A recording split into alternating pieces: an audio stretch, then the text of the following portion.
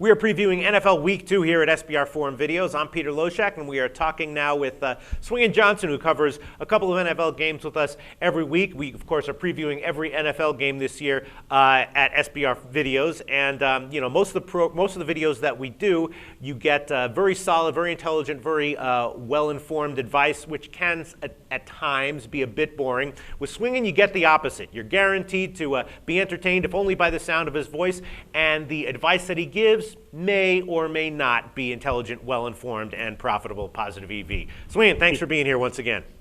So, Loshak, I love it, man. I love being here with you, but what you're basically saying is you're going to laugh now, but cry later. Is that what you're saying with me? I think that's what you're saying, my friend. Right. Whereas with our other videos, what we're saying is you're going to fall asleep now, but later on have a 2.3% edge over the line you're betting. Okay. All right. That is correct, my friend. So let's talk about the Texans and Jaguars. Now, we just talked about Saints and Panthers, where we mentioned that the Saints are a road favorite, and the book seems to be hinting that the Panthers might be the right side here.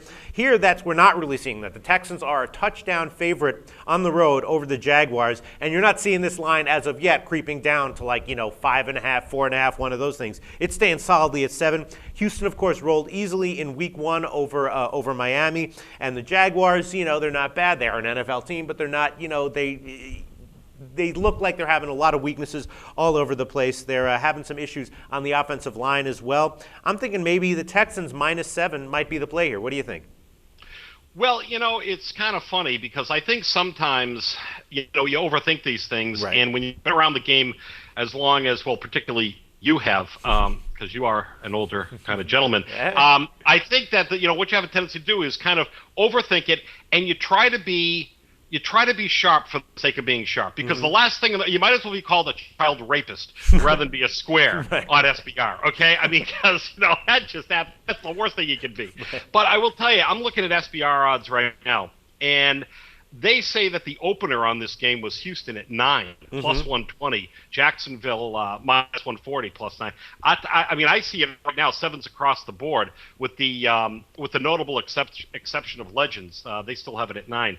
But so in fact, it has crept down, and I can't imagine it crossing that 7 threshold.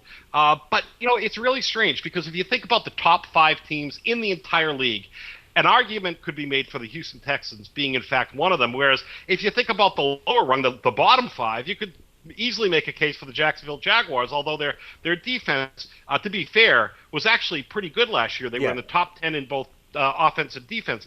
So it's kind of funny here because, you'd think, geez, I mean, the Houston Texans could absolutely roll. But again, I mean, is there a little something in the back of your mind saying maybe not so fast? I don't know. Yeah, I don't know. So do you have a lean on this game at all?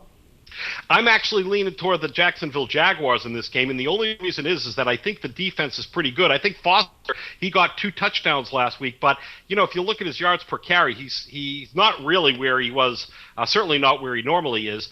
And Schaub and that connection to Andre Johnson, they're looking at the tape, the Jacksonville Jaguars, and again, I don't think you really should underestimate their defense.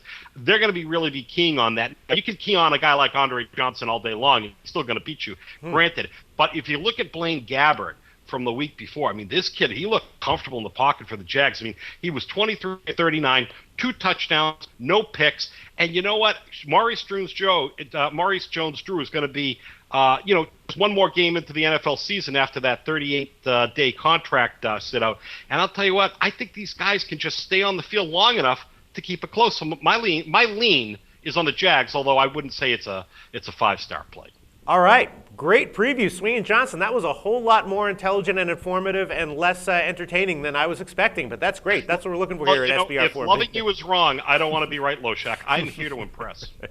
All right. Thanks, Swingin'. We'll talk to you next week.